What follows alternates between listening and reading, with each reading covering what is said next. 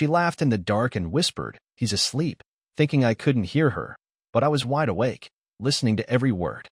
For months, I thought I was losing my mind, watching the woman I married slowly turn into a stranger while her mother smiled in the background, planting poison with every whisper. One name kept showing up. One lie kept growing. And by the time I uncovered the truth, it wasn't just an affair, it was a setup. They didn't want to break me. They wanted to erase me. But what they never expected is that I would let them finish their story just so I could end it on my terms. It started with a whisper I wasn't even meant to hear.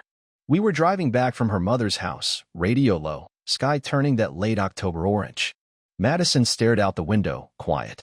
Not the comfortable kind, either. The kind that had weight. I asked her if she was okay. She said she was tired. Just tired. I let it slide. But something felt off. It wasn't the first time we'd visited her mom, but this one had a strange chill to it. Her mother, Helen, barely looked at me. No smile, no hug. Just a nod and that tight, judgmental look she wore like perfume. Madison brushed it off, said she was just in one of her moods.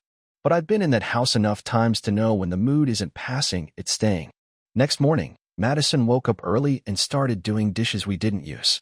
Just scrubbing. For no reason. I came in to help, kissed her cheek. She pulled away. Not sharply. Not enough to fight about. Just enough to notice. "You didn't tell me about that trip to Portland," she said suddenly. "What trip?" I asked. She kept scrubbing. "The one you went on a few years ago. Before we got married. Mom said she saw something. A message on your phone." My stomach dipped. "What? What are you talking about?" "Don't get defensive," she said quickly. "I'm just asking." I told her I'd never been to Portland with anyone but her. That she had the dates wrong. That it didn't even make sense. But the damage was done. Her eyes didn't soften. They stayed guarded. That was the moment I realized someone had been talking. And not just talking, but planning things. Over the next few weeks, it got worse. Madison would glance at me with suspicion over the smallest things. I'd come home 10 minutes late and find her sitting on the couch, scrolling through her phone with a look like she was preparing for war. I tried everything: flowers, dinner, talking, even silence. Nothing worked. It was like I was slowly being put on trial for a crime I didn't even know existed. And the jury? All lived under her maiden name. At Thanksgiving, her mom made a toast. Everyone raised their glasses. Then Helen said, "To second chances and learning the truth before it's too late." Everyone laughed. Except Madison. And me. I stared across the table, feeling the room shrink. I asked her later what that meant. She shrugged. "She's dramatic," she said. "But drama doesn't invent stories out of nowhere." One night, I picked up Madison's phone by mistake. She had it in airplane mode, but a preview of a message still blinked on the lock screen. If I were you, I'd question why he's so quiet lately. Silence is louder than lies. "Mom." I didn't say anything. I just handed it back and went to bed. But I couldn't sleep. I laid there beside her, realizing the person she called Mom was slowly unraveling everything we had. With nothing but words. With poison passed off as protection. And Madison? She was drinking every drop. Sunday dinner used to mean something. Used to be her lighting candles, me setting plates, the scent of garlic in the air, and our favorite playlist humming in the background. It wasn't perfect, but it was ours. Safe. Simple. Real. But that Sunday, everything felt rehearsed. Madison cooked in silence. No music. No smile. Just measured movements, like she was going through the motions of a life she no longer wanted. When we sat down to eat, she barely touched her plate. "Did you see the news?" I asked, trying to break the ice. "That bakery on Fifth caught fire. Total loss." "Maybe someone left the oven on," she said, still staring at her fork. I chuckled. "Guess it only takes one mistake." She finally looked at me. "Yeah, one mistake is all it takes." I didn't know what to say to that. My appetite vanished. Halfway through the meal, she picked up her phone and started texting. Normally, I tease her about screen time at the table, but I kept quiet. When she set the phone back down, I caught a name flash across the screen. Damien. Not someone I recognized. Not a cousin. Not a coworker. Just a name. Her expression didn't change. But something about the way she guarded the screen, about the way she pushed her plate aside after, told me this wasn't innocent. "I'm going to take a walk," she said after dinner. "Clear my head." She didn't ask me to come. She didn't kiss me goodbye. Just left. I sat at that table, staring at our untouched dinner, feeling like I was slowly becoming a guest in my own home. I called my brother, just to hear a voice that wasn't laced with suspicion. She seems distant, I told him. Have you asked her what's really going on? He said. I have. She says she's tired. Work's been hard. Her mom's stressed. Everything except us. He sighed. Some people don't realize they're carrying someone else's anger until it's too late. I hung up and stared at the framed photo on the wall. Our wedding day. Her eyes were bright. Her smile was wide. She looked like someone who believed in what we were building. Now, I wasn't sure she even remembered that day. When she came back from her walk, she didn't say anything. Just took off her shoes and went straight to the bedroom. That night, I heard her crying in the bathroom with the door closed. I wanted to knock. Wanted to hold her, ask her what was happening. But something held me back. Not fear. Not pride. Doubt. Because deep down, I wondered if those tears were really for me or for someone else. I didn't hear the whole conversation, but I heard enough. It was a Saturday afternoon, and Madison was in the bedroom, phone pressed to her ear, door cracked just an inch. I was folding laundry in the hallway, trying not to eavesdrop. But when I heard my name, I froze. I don't know anymore, she whispered. Then silence. Then her mother's voice, muffled through the speaker. But certain words cut through clear enough. Men like that, always hiding something. Remember what I told you. I stepped back before she noticed me listening, my chest tight. I wasn't sure what shook me more, what I heard, or the tone Madison used to reply. She wasn't pushing back. She wasn't defending me. She was listening, agreeing, even. That night, I couldn't hold it in anymore. What exactly did your mom say to you? I asked.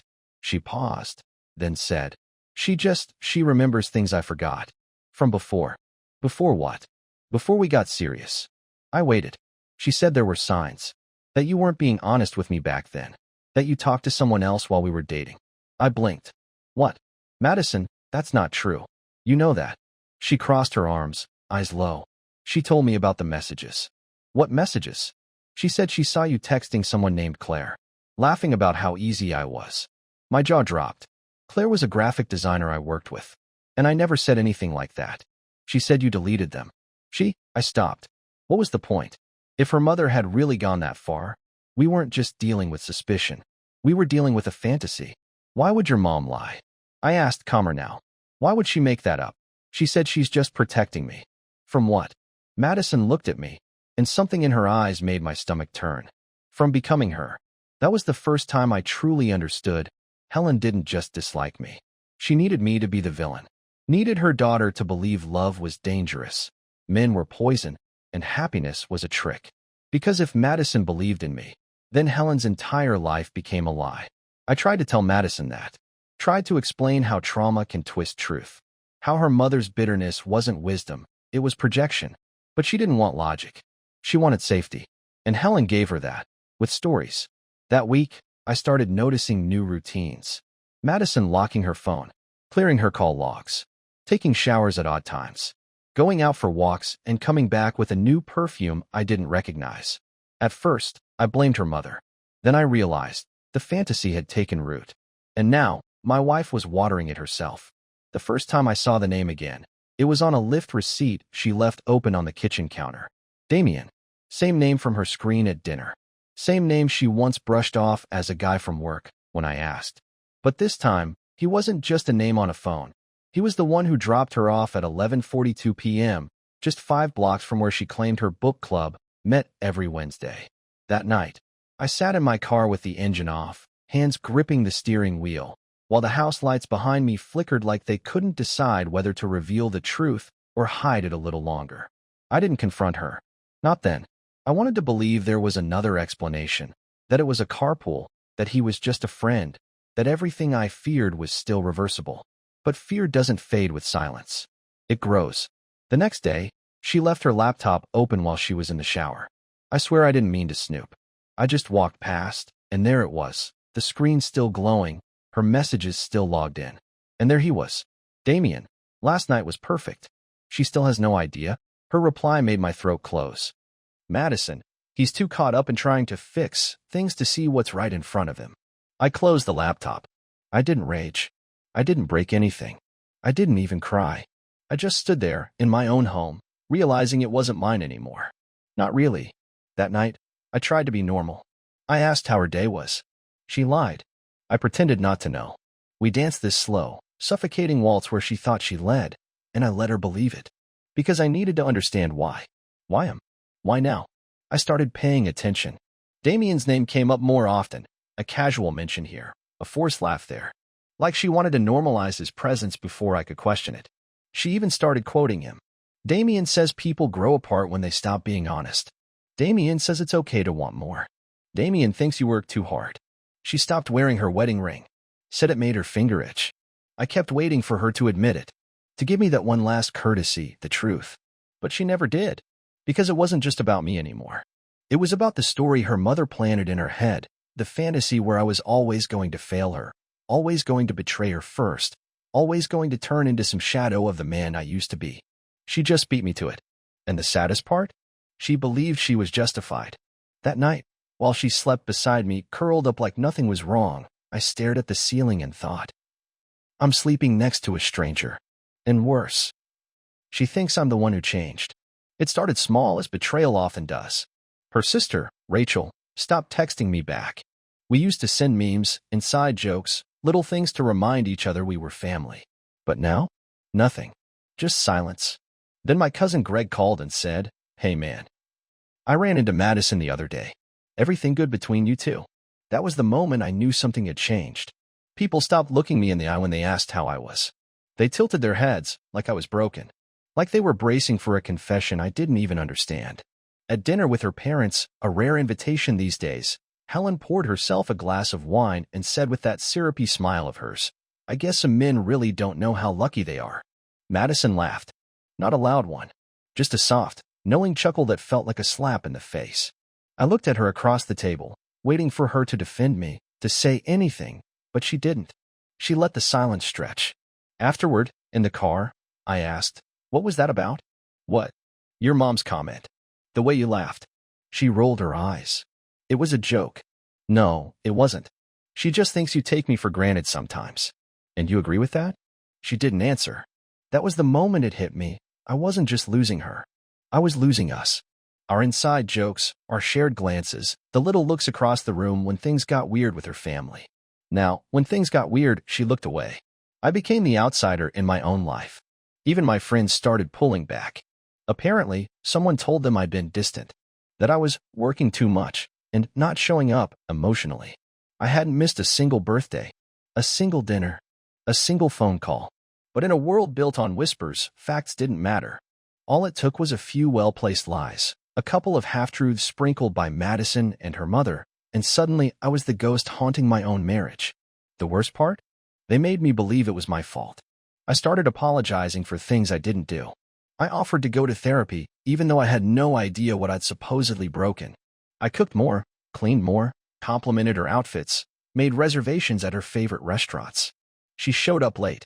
Every time. No apologies. No explanations.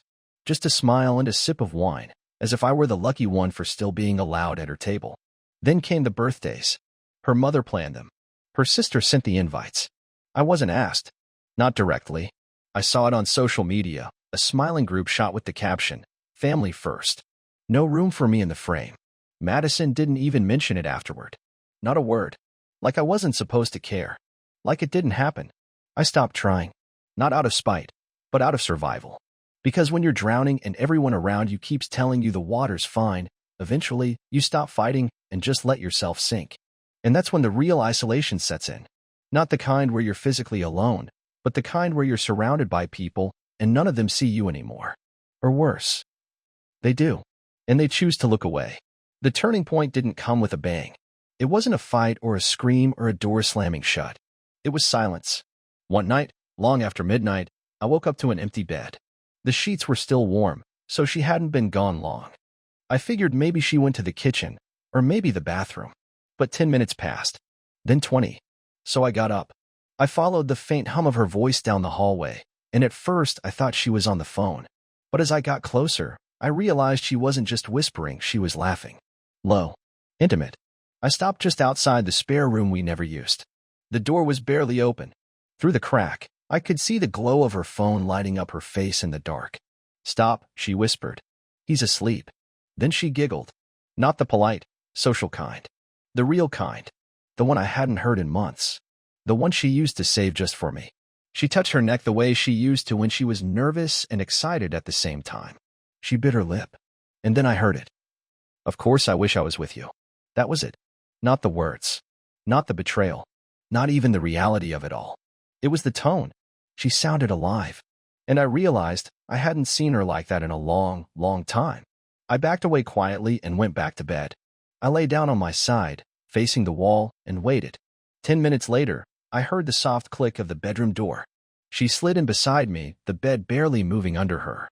She didn't know I was awake. She didn't care. I stared at the shadow of the lamp on the wall and thought, this is the moment I stopped pretending. The next morning, I didn't mention it. Not because I wanted to protect her, but because I needed time to feel everything, to bury the denial, to study her like a stranger who had been walking around in my wife's skin. At breakfast, I watched how she avoided eye contact, how her fingers tapped her coffee cup too fast, how she smiled at her phone instead of me. She left early. Work, she said. I sat in that quiet kitchen, watching the sunlight crawl across the floor like nothing was broken. And then, for the first time in months, I made a decision for myself. I opened a new email account. I called an old friend who worked in IT. I asked questions I never thought I'd have to ask. I found out more in 48 hours than I had in the last 6 months. There were weekend trips she never told me about, reservations under fake names, expenses labeled as networking events. And Damien, he wasn't just some fling. He was the man her mother had introduced her to 6 months before I ever heard his name. It wasn't spontaneous. It wasn't emotional confusion. It was orchestrated. Her mother had poisoned the soil long before the weeds took over. She didn't just cheat. She believed she was saving herself from a life her mother convinced her was beneath her. And the irony? I was the only one still trying to protect her from the fallout.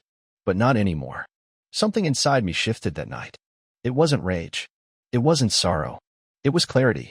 I would not go down quietly. I didn't confront her. I didn't scream.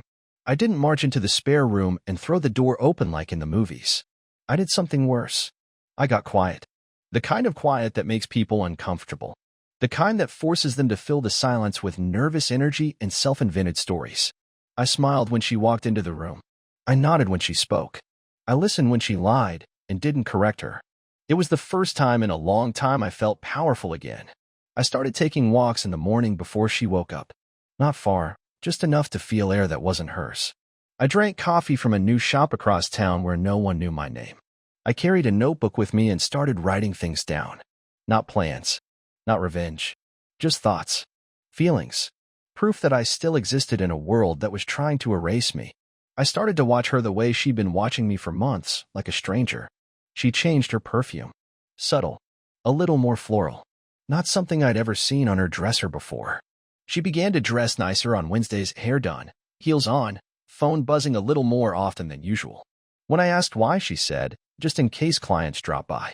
But her job was remote. She also started using that tone with me. The slow, deliberate one.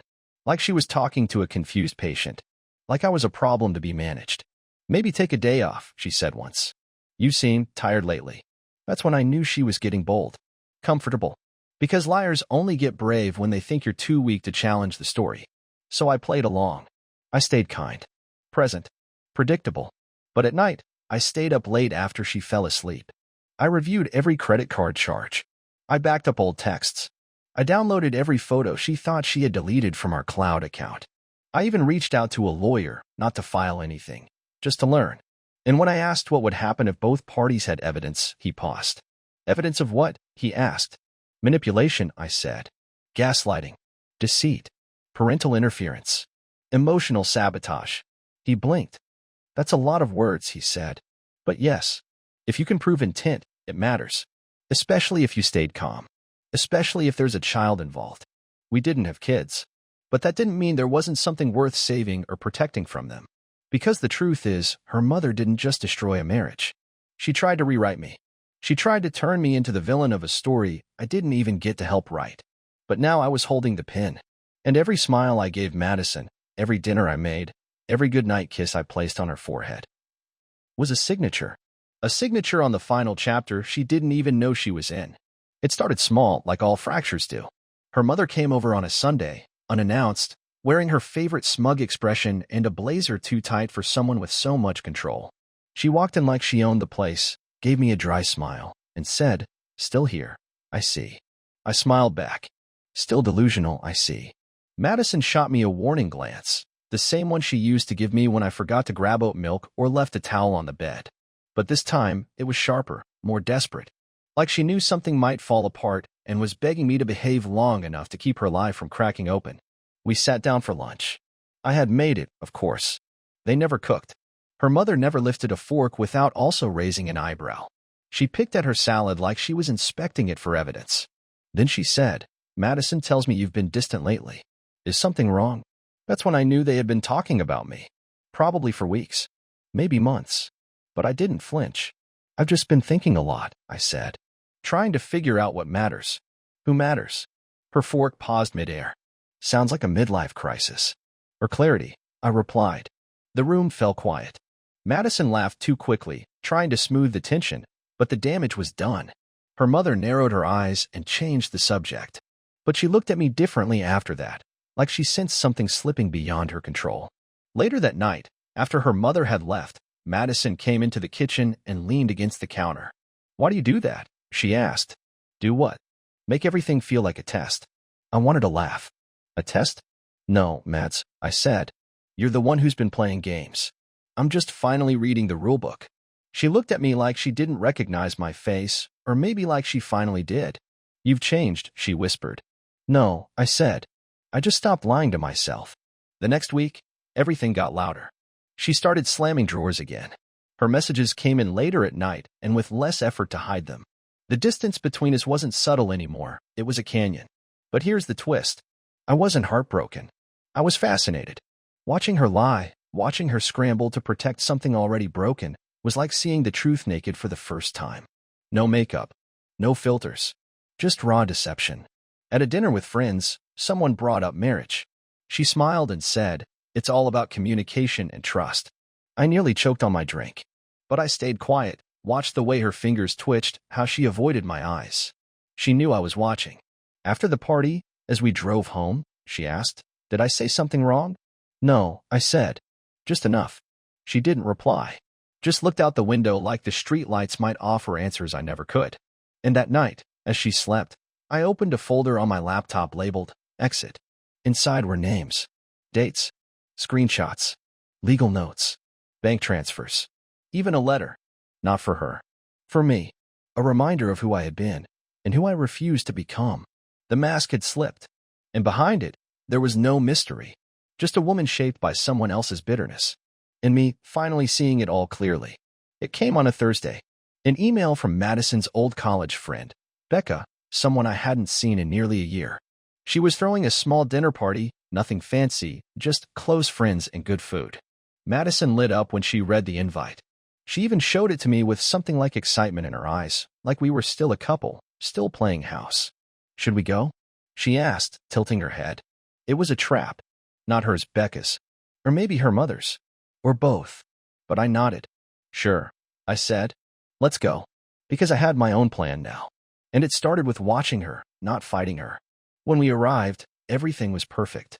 Becca's place was lit with warm candles and soft jazz playing in the background. The table was set for 10, but only 7 had shown up. Madison whispered to me, "Small group, huh?" I just smiled. But I noticed the way she walked through the door, careful, alert. Her smile was too bright. Her hand brushed mine, not to hold it, but to signal, "Play nice." Dinner started normal. Small talk, jokes, wine. But the moment Madison stepped into the kitchen to help, Becca leaned over to me. "You holding up?" she asked. I blinked. Why wouldn't I be? Becca sighed.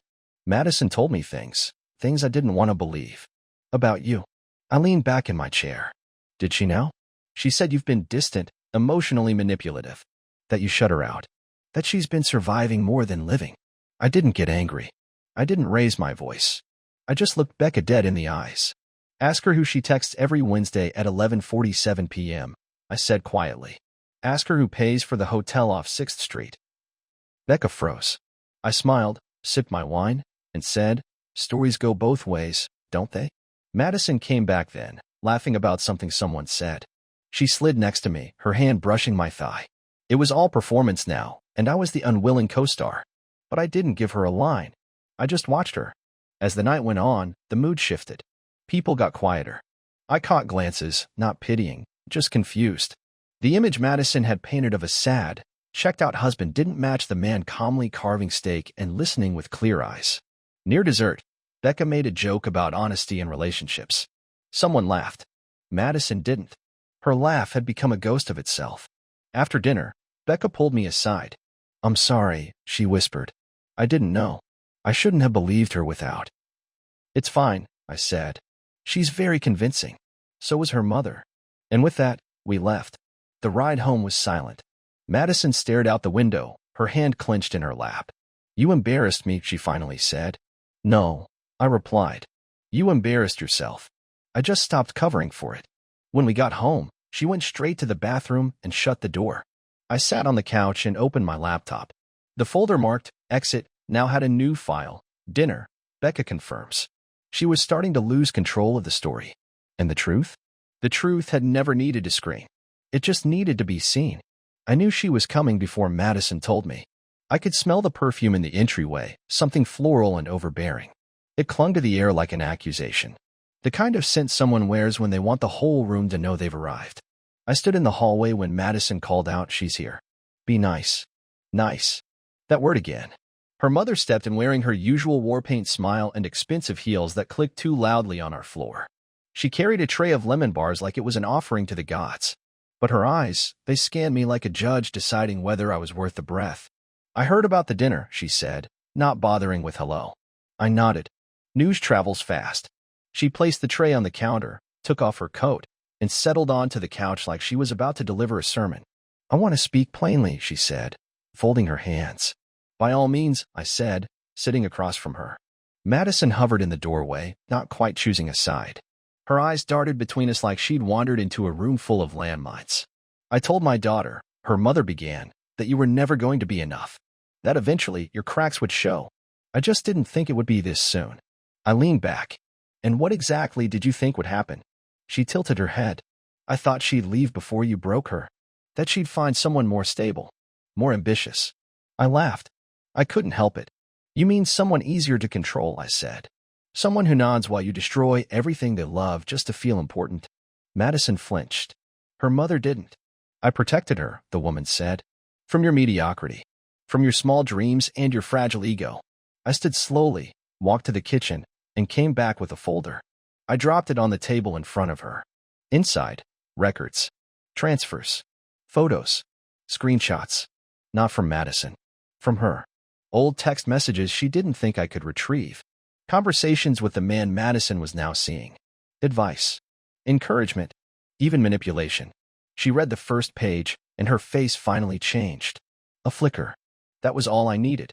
"You didn't protect her," I said quietly. "You poisoned her. And now you're watching her rot from the inside." Madison moved forward, her voice cracking. "What is this?" "The truth," I said. "You can ignore it, rewrite it, delete it from your memory. But it doesn't care. It stays." Her mother stood. "You think this proves something?" "No," I said. "It explains everything." She turned, furious, and walked to the door. Madison followed, speechless, confused. And when the door slammed shut behind them, the silence felt like a gift. Later that night, Madison returned.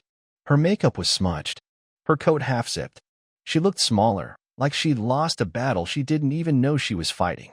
"She said you twisted it," she whispered. "Did I?" She shook her head. "I don't know."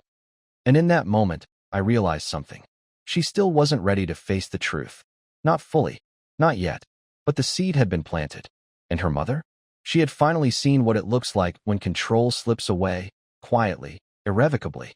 The lie was still standing. But the foundation? Cracked. Badly. I woke up to the sound of cabinets slamming. Madison was in the kitchen, barefoot, hair tied in a lazy knot, wearing that old gray hoodie I'd bought her on a road trip years ago. It used to mean something. Now it just looked like a costume, like she was trying to feel safe in something that no longer existed. "What are you looking for?" I asked from the hallway. She didn't answer. "I asked you something," I repeated, stepping in. She turned around slowly. Her eyes were wild, red at the corners. Not from tears. From exhaustion. From denial. "You set her up," she said. "You planned that whole thing. You waited until she came over just so you could humiliate her." I raised an eyebrow. Is that what she told you? No, she snapped. That's what I saw. I sighed, pulling a chair back and sitting down at the table. You didn't see anything. You watched two people finally stop pretending. She leaned against the counter, arms crossed. She's not perfect, okay? But she's still my mom. And I never tried to take her away from you, I said. I only asked you to see what she was doing to us. Madison looked down, breathing heavy. It's all just so tangled. No, I said. It's actually pretty simple. She whispered poison into your ear, and instead of checking for truth, you drank it. She flinched like I'd slapped her. You think I wanted this? She said, her voice sharp. You think I planned to fall apart? No, I said softly. But you didn't fight it either. Silence stretched between us like glass. Thin, fragile. She finally spoke. I loved you. I know. I didn't mean to hurt you. But you did. She looked at me, and for the first time in months, I saw something that looked like real guilt. Not performative. Not theatrical. Just raw and shaky. I told him about you, she said, almost in a whisper. I blinked. What? The guy? I told him how you used to bring me tea when I was sick. How you made playlists for our road trips. How you stayed up all night to help me finish that stupid client pitch because I was too anxious to do it alone. I stared at her. She wasn't looking for forgiveness. She was remembering the version of me she'd been convinced to forget. He said I was lucky, she continued, laughing bitterly. Then asked why I ever left. And what did you say? She swallowed hard. I didn't have an answer. I stood then. Not in anger. Not to leave. Just to move. The air felt too heavy. I don't need an apology, I said. I don't even need a confession. Then what do you want? She asked. I want my peace, I said. And you can't give that to me. Not anymore. She stepped forward.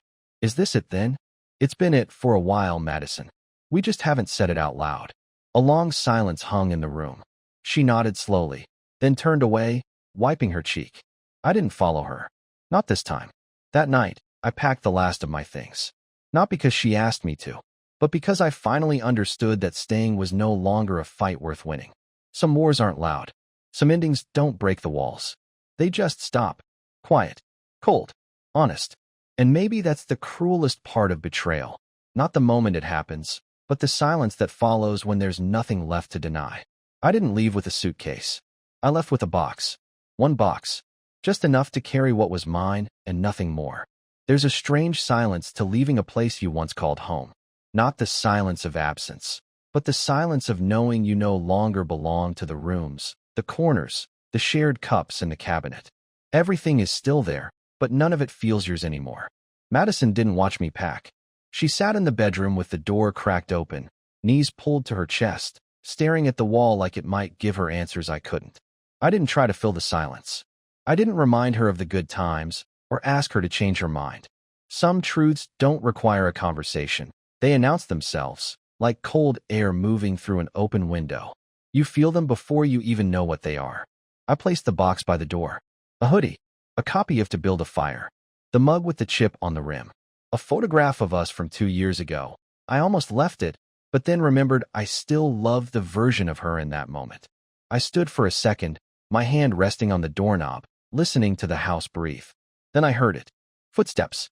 She came out, wearing the same hoodie from the night before, her hair messy, her eyes glassy but dry. You're really leaving? She said. I already left, I replied. This is just me catching up. She looked down. I don't know what I'm supposed to say. Then don't say anything, I said. We already said too much. Or maybe not enough. She reached into her pocket and pulled out the ring. I don't want to keep it, she said, holding it out. It feels wrong. I didn't take it. You do whatever you want with it, I said. But you should ask yourself why it suddenly feels wrong now. Not back then. Not when he called. Not when you lied. Her hand trembled. You think I'm a terrible person. I shook my head. I think you're human. But you let someone else write your story. And then you blamed me for the ending. That hit her harder than I expected. She stepped back, clutching the ring to her chest. I opened the door. Cool air rushed in. The sky was overcast, not raining, just dull. A day that didn't care what happened in it. I paused. You know, I said without turning, she'll never love you the way she says she does. People like that, they only love control. Madison didn't respond. She just stood there, silent, shrinking, folding inward like someone who had been right too many times and didn't know how to live with the cost. I walked down the steps. No tears, No running after me. No music swelling in the background. Just the sound of the wind through the trees and the soft creak of the porch swing swaying behind me. And it hit me, the story was over long before this. We'd just been acting like it wasn't. I got into the car, set the box in the passenger seat, and started the engine. The street was quiet. Familiar. Still. But everything had changed. And as I pulled away, I didn't feel empty. I felt unburdened. Like walking out of a fog and seeing the horizon again. Some goodbyes do not echo. They absorb. And when you drive away from the lie, it does not scream. It watches. Silently. Knowing it lost. It's strange how peace feels after chaos. Not loud. Not triumphant. Just quiet. 3 weeks passed. The kind of days that blur together, not because they're empty, but because for once, they're mine. I wake up when I want. Eat when I feel like it. I don't explain where I've been or who I'm texting. There's no one to impress. No one to dodge. Just stillness. I moved into a small apartment on the east side of town. It's nothing fancy, 2 rooms, a creaky floor, and walls that hum when it's windy. But it's mine. And that means something. I unpacked the last box this morning. That same old chipped mug sat on the counter while coffee brewed in a machine that wasn't shared anymore. It tasted stronger than I remembered. Or maybe I was just tasting it fully for the first time. The photo of us? I kept it, tucked in a drawer, face down. Not out of bitterness, but because even lies start with truth. And somewhere in that moment, we were real. Before the whispers. Before her mother's voice coiled into our walls like mold. I've stopped checking social media. I don't need to know if she posted something vague. If she changed her last name back. If she looks happier. None of it matters anymore. Because the story she's telling herself now isn't one I need to follow. Last night, I wrote something in my journal. Not a long entry, just a sentence. Her silence was louder than my love ever was. I didn't write it out of spite. I wrote it because it was the truth. And truth, after everything, is what I've come to value most. I started drawing again. Nothing major, just sketches, outlines, messy lines that don't have to mean anything. I used to love it, before everything became about work, or survival, or tiptoeing around someone else's moods. One night, I took a walk past her mother's house. Not intentionally. I was just out clearing my head, and the road bent in a way that brought me face to face with the past. The porch light was on. Same crooked mailbox. Same ivy climbing the railings like it owned the place.